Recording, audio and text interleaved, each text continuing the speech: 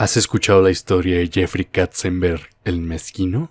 No es una historia que los fans de Disney que te contarían. En 1984, cuando Michael Eisner se volvió el CEO de la Walt Disney Company, trajo consigo a Jeffrey Katzenberg para que se volviera el jefe de la división de películas de la misma compañía. Esto demostraría ser una decisión acertada. Bajo el liderazgo de Katzenberg es donde veríamos la época ahora conocida como el Renacimiento Disney, con películas como La Bella y la Bestia, El Rey León o La Sirenita. Aparte de eso, fue en gran parte gracias a él que la asociación entre Disney y Pixar comenzaría, dando vida nueva al estudio y poniendo las piezas iniciales para clásicos como Toy Story y Bichos. No hay duda alguna de que Katzenberg era una de las personas más importantes para Disney en los 80s y 90s. Es por eso que no es raro que en muchas ocasiones le pidiera a Eisner que lo volviera el presidente de la Walt Disney Company, para finalmente poder trabajar como su segundo al mando, algo a lo que Eisner siempre se negó, ya que ese puesto estaba ocupado por Frank Wells, otro titán de la industria muy bueno en su trabajo. En una de estas conversaciones donde Katzenberg no dejaba de insistir en querer este puesto, Eisner, para callarlo, le dijo que si algo le pasara a Wells, Katzenberg sería el primero en la lista. Obviamente esto solo fue un placebo, porque Eisner sabía que Wells jamás dejaría Disney por su propia cuenta, y así continuó por 6 meses. El domingo de Pascua de 1994, Wells murió trágicamente en un accidente aéreo mientras volvía de un viaje para esquiar en su helicóptero. No había pasado ni un día de esto cuando Katzenberg ya estaba preguntándole a Eisner por la posición. El CEO de Disney obviamente le dijo que no mamara, que acababa de perder un amigo muy cercano y necesitaba tiempo de procesar la tragedia antes de tomar una decisión tan importante.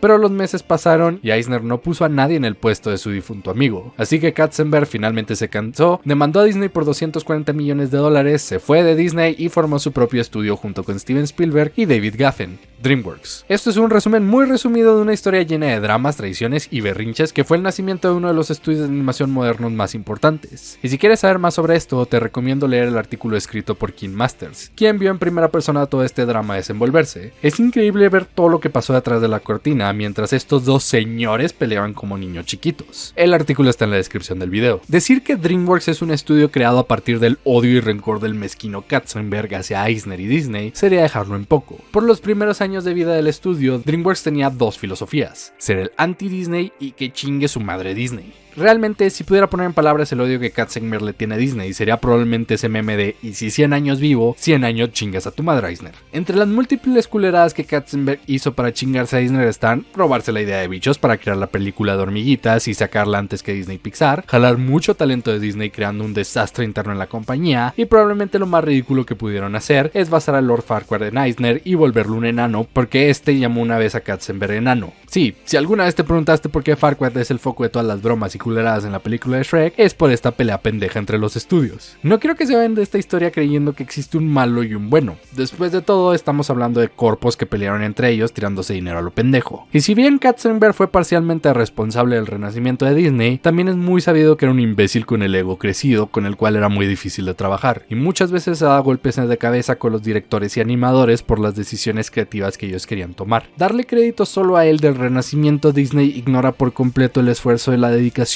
y el papel que cientos de animadores, directores, actores y guionistas tuvieron en dichas películas. Por su parte, Eisner no es un ángel. Existe una razón por la cual cualquier cosa estúpida o sin sentido que haya pasado en la compañía entre 1980 y 2005 se puede rastrear de vuelta a este hombre. Es decir, solo tienes que ver unos cuantos videos de The Funkland para darte cuenta de la incompetencia de Eisner. Y por varias cuentas parece que la gente en Disney trabajaba a pesar de Eisner y no gracias a él. Es él quien de hecho puso la semilla para el infierno corporativo family friendly en el que Disney nos ha metido hoy en día.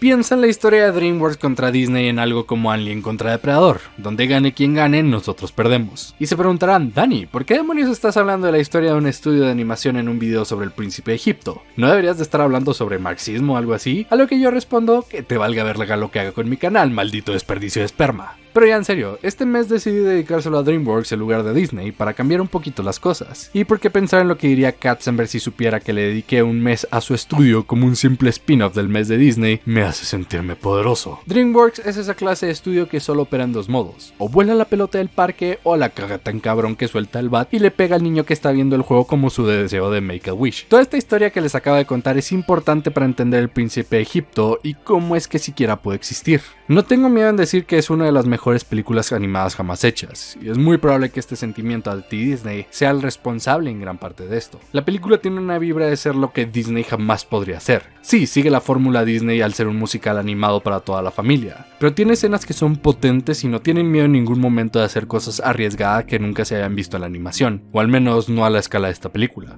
Disney estaba atado a la imagen familiar, de vender mercancía, de hacer cosas que no tuvieran dientes o fueran difíciles de digerir por el público. Algo que, si El Jorobado de Notre Dame nos demostró, le puso el pie a proyectos que pudieron haber sido mucho mejores.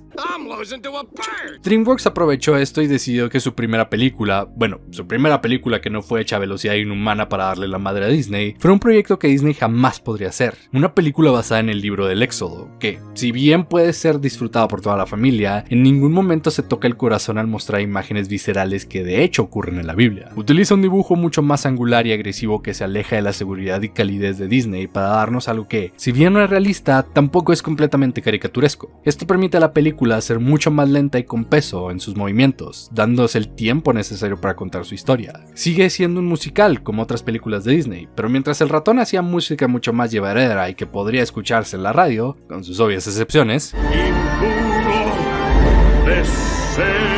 El Príncipe de Egipto se va más por el lado épico y estruendoso, sin miedo a mostrar la brutalidad de lo que se afrontaba el pueblo judío al ser esclavizado y otras atrocidades que sufrieron.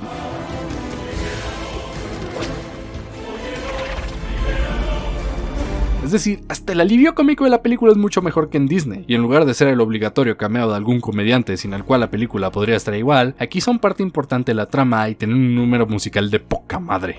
Dejarán seguro que a las grandes ligas vas, pues a las grandes ligas vas. No estoy exagerando cuando les digo que esta es una de las películas animadas más impactantes jamás hechas. Tan solo con ver el trabajo cinematográfico, de dibujo y fotografía te hará sorprenderte que haya salido hace más de 20 años. Un problema que muchas veces tienen las películas animadas es que el estudio cree que la animación es solo para niños, y no se atreve a hacer cosas interesantes o arriesgadas con las películas. El Príncipe de Egipto, intentando no ser como cualquier otra película animada, se permite el poner imágenes que normalmente encontrarías en películas live action, y que probablemente tomaron meses tan solo en animarse y planearse. La forma en la que los animadores fueron capaces de retratar la sutileza de muchas expresiones y momentos en la película demuestra lo bien que entienden la actuación y el pacing de una película. Es algo que mucha gente no sabe. Los animadores tienen que estudiar actores y otros medios de live action para retratar expresiones y momentos más sutiles. No basta solo con saber dibujar o animar, tienes que estudiar y ver referencias. Y El Príncipe de Egipto te muestra el resultado de estos estudios en escenas apantallantes, como el dolor puro en los ojos de la madre de Moisés al dejarlo ir en la canasta, sabiendo muy bien que nunca más lo volvería a ver. La visceral expresión de asco e incredulidad de Moisés cuando el faraón le dice que asesinó a los esclavos judíos como si fueran simples animales. Y Moisés viendo a Dios por primera vez, bañándose en su gloria, cambiando para siempre. El terror del pueblo egipcio al enfrentarse a las plagas traídas por Dios, y el dolor puro de Ramsés al perder a su único hijo, sabiendo muy bien que fue por culpa de su testudez que está solo. Pero no todo es expresión y actuación. La película tiene una forma magistral de contarnos su historia de forma visual. Sin decir una sola palabra te muestra sus temas más importantes. Por ejemplo, el cómo después de ser expulsado del palacio real, arrojado al lodo, y con el pueblo judío a quien fue enviado a rescatar tratándolo como basura, Moisés usa el bastón, su conexión con Dios para levantarse y seguir adelante. Sí, literalmente se está apoyando en Dios para seguir con su misión. O mi favorito, el cómo Ramsés siempre está en la sombra de su padre. No solo en la historia, sino visualmente. Siempre que vemos a Ramsés tomando una decisión importante, o haciendo algo que requiere de su poder, lo vemos bajo alguna estatua o dibujo de su padre, como si realmente nunca pudiera escapar de él. Algo extremadamente irónico considerando que Ramsés siempre estuvo intentando impresionar a su padre, hacerlo sentirse orgulloso y temiendo por estar ante su sombra. Lo cual de hecho podemos ver en cómo construye figuras a él mismo mucho más grandes que las de su padre. Y aún así, por esa obsesión de no vivir bajo la sombra de su padre, termina haciendo exactamente eso, una sombra, una extensión de él, lo cual es sumamente trágico. Mi padre supo muy bien cómo controlar a tu pueblo. Creo que es tiempo de finalizar su labor. ¡Ramsés! Y se escuchará un gran estruendo en todo Egipto, como nunca se había escuchado y nunca se escuchará. Volveremos con más Príncipe de Egipto después de estos mensajes.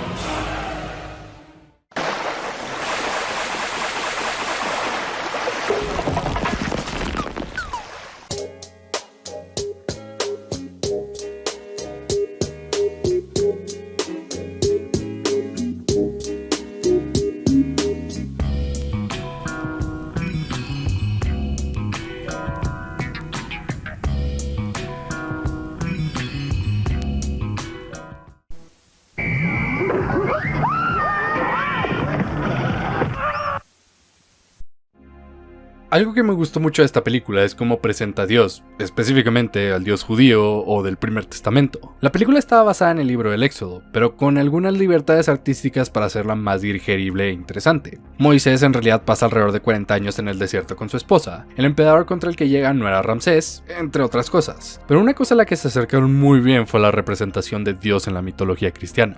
Créanlo o no, existe una diferencia entre el Dios hebreo y el Dios cristiano. No es mentira que el Dios judío es mucho más violento y agresivo, quiere ser adorado y obedecido y a cambio protege a su pueblo. No se da aires de nada más, es vengativo y no tolera ninguna duda a su poder. Si lees documentos hebreos te darás cuenta de eso. O bueno, tan solo mira la forma en la que el arbusto le grita a Moisés. No por dudar de Dios, sino por dudar del mismo cuando Dios le da una tarea. ¿Quién ha dado la boca al hombre? ¿Quién hace que uno vea y que el otro sea ciego o sordo? ¡No soy yo! Una vez llegamos al cristianismo y a la religión con Jesús como punto central, la imagen de Dios cambia. A la de ser alguien misericordioso y lleno de amor, que busca la paz para todos sus hijos. Esto no es raro, después de todo la doctrina de Jesús va mucho más por la acción que por la fe. Necesitas actuar de manera que agrade a Dios para entrar a su reino y no simplemente obedecer sus mandamientos. Esto es muy diferente a las religiones abrámicas antiguas que se enfocaban más en adorar a Dios y obedecer sus mandatos sin preguntar mucho. La idea de un Dios amoroso es relativamente reciente, relacionada a las lecturas del Nuevo Testamento y años de cambios religiosos y culturales. El dios abrámico era rencoroso y agresivo, era perfecto en el sentido de que había creado el mundo y todos sus habitantes. Todopoderoso es la palabra correcta, pero no era muy diferente a otros dioses de esa época que buscaban ser adorados y que siguieran sus palabras. Protegía a sus fieles seguidores y castigaba a los que lo desobedecían. Existía menos esa disonancia que hay hoy en día de un dios amoroso y omnipresente que castiga a quien los desobedece. En ese entonces era mucho más cercano a Zeus o Ra, un dios muy fuerte y poderoso que creó el mundo, pero igual pedía algo de sus súbditos, y no estaba dispuesto a cambiarlo.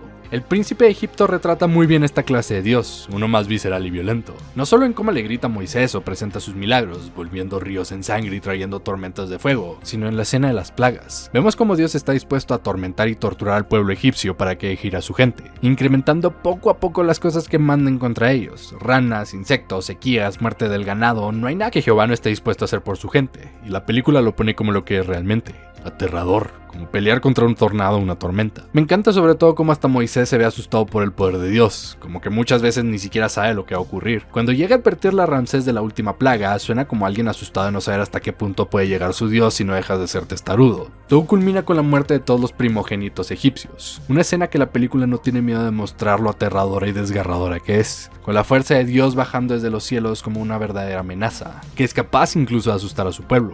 En ningún momento tenían que esto es una horrible tragedia, con pequeños niños cayendo muertos en pantalla. Una tragedia que pudo ser evitada si tan solo Ramsés hubiera escuchado a su hermano y no hubiera dejado que el ego lo controlara. Pero mi escena favorita es sin duda alguna cuando Moisés, después de hablar por última vez con el faraón, simplemente se desploma llorando, incrédulo del horrible destino al que ha sometido a todo el pueblo egipcio en busca de su propia libertad. Claro, después de eso viene la escena donde cantan felices por finalmente ser libres, con algunos soldados egipcios incluso decidiendo abandonar a su pueblo e ir con el nuevo dios cristiano. Esta escena es hermosa y llena de emoción, incluso cuando consideras que, históricamente, casi nadie de esta gente llega a la tierra prometida. Así es, los 40 años que pasan en el desierto fueron porque Dios consideró que la gente que aparece aquí está demasiado perdida y no eran dignos de entrar a su reino, esperando en matar a la generación entera. Imagínate vivir una vida de esclavitud tan solo para intentar ir a tu tierra prometida para que al final Dios no te considere digno. El dios hebreo era violento y sin compasión, todo porque seguían haciendo cosas que lo hacían enojar. Ni siquiera Moisés, quien dedicó toda su vida a Dios, logra llegar a la tierra prometida. Una vez se enojó e hizo algo ligeramente diferente a como Dios se lo pidió, golpeó con fuerza una roca en lugar de hacerlo gentilmente, y eso fue suficiente razón para prohibirle su destino. Y si me permiten me voy a ir en una tangente de historia religiosa, Jehová fue un imbécil con Moisés. Ponte en su lugar, fuiste criado como un príncipe, con todos los lujos imaginables, huiste de tu hogar, viviendo en humildad, entonces Dios te elige como el pastor de su pueblo, llevas plagas a la gente que alguna vez te vio como su príncipe, matas primogénitos y haces muchas cosas horribles para liberar a tu pueblo. Después de eso logras huir muy apenas de los egipcios, solo para pasar 40 putos años arreando una bola de pendejos que le empiezan a rezar al santo falso más cercano el momento que les quitas los ojos de encima. Uno de esos días de estar aguantando el pueblo israelita, te enojas y ni siquiera desobedeces a Dios, solo haces algo un poquito diferente a lo que él te dice y eso ya es suficiente para que Diosito te diga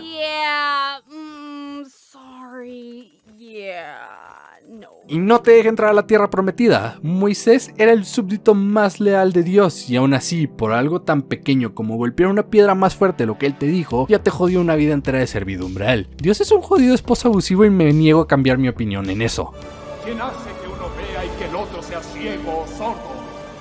¡No soy yo! Pero realmente no importa, ¿verdad? Saber eso no cambia la belleza e impacto de muchas de las escenas en esta película. Es, después de todo, una versión sanitizada del mito abrámico, una historia creada para decirnos algo que se queda con nosotros. Muchas películas religiosas actualmente fallan como películas, porque parece ser que primero quieren ser sermón, una herramienta de conversión o una forma de hacer sentir a los espectadores bien por su religión, en lugar de una narrativa estructurada que existe para contarnos una historia.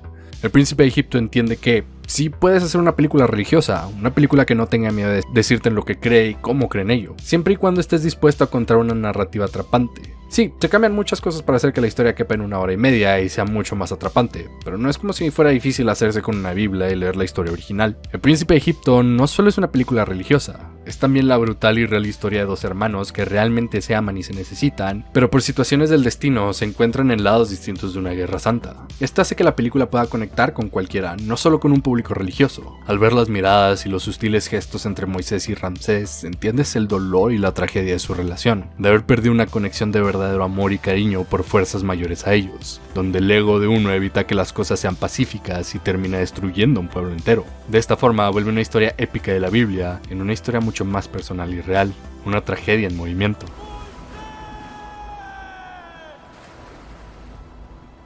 Sí, digo que El Príncipe de Egipto es una obra maestra, pero eso no significa que sea perfecta y no tenga tela de donde cortarle. No me gusta mucho el tratamiento de los dioses egipcios, como si fueran mentira. Por favor, si ya estamos hablando de dioses, al menos podrías dejar algo implícito como que los dioses egipcios están avergonzados de su pueblo por ser esclavistas. Yo sé que por la creencia y dominación cristiana de creer que un dios es el único real, hacer quedar a los egipcios como falsos era necesario, pero igual, hubiera dado resultados interesantes ver una señal de que quizás los dioses egipcios son reales, pero están del lado de Moisés. El último acto de la película es un poco apresurado y definitivamente no hubiera hecho daño que la película tuviera otros 15 o 20 minutos al menos para mostrar más a fondo las plagas o el escape del pueblo. Pero sinceramente no creo que eso cambie el hecho de que sea una excelente película.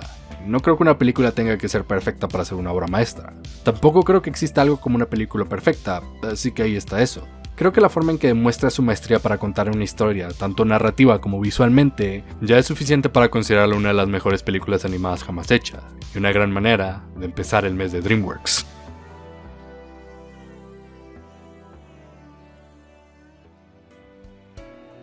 Talking Vida es una realidad gracias al apoyo de los príncipes que aparecen en pantalla. Si quieres ayudar como ellos a hacer que Talking Vida siga haciendo mi trabajo de tiempo completo, puedes hacerlo en patreon.com/talkingvidia o volviéndote un miembro en YouTube, con lo cual tendrás beneficios exclusivos como votar para la elección de un video al mes. También puedes hacer donaciones unitarias en el enlace de PayPal que aparece en pantalla. Soy su anfitrión Dani Z, recuérdanos que debes liberarnos para llevarnos a la tierra prometida. Hasta la próxima.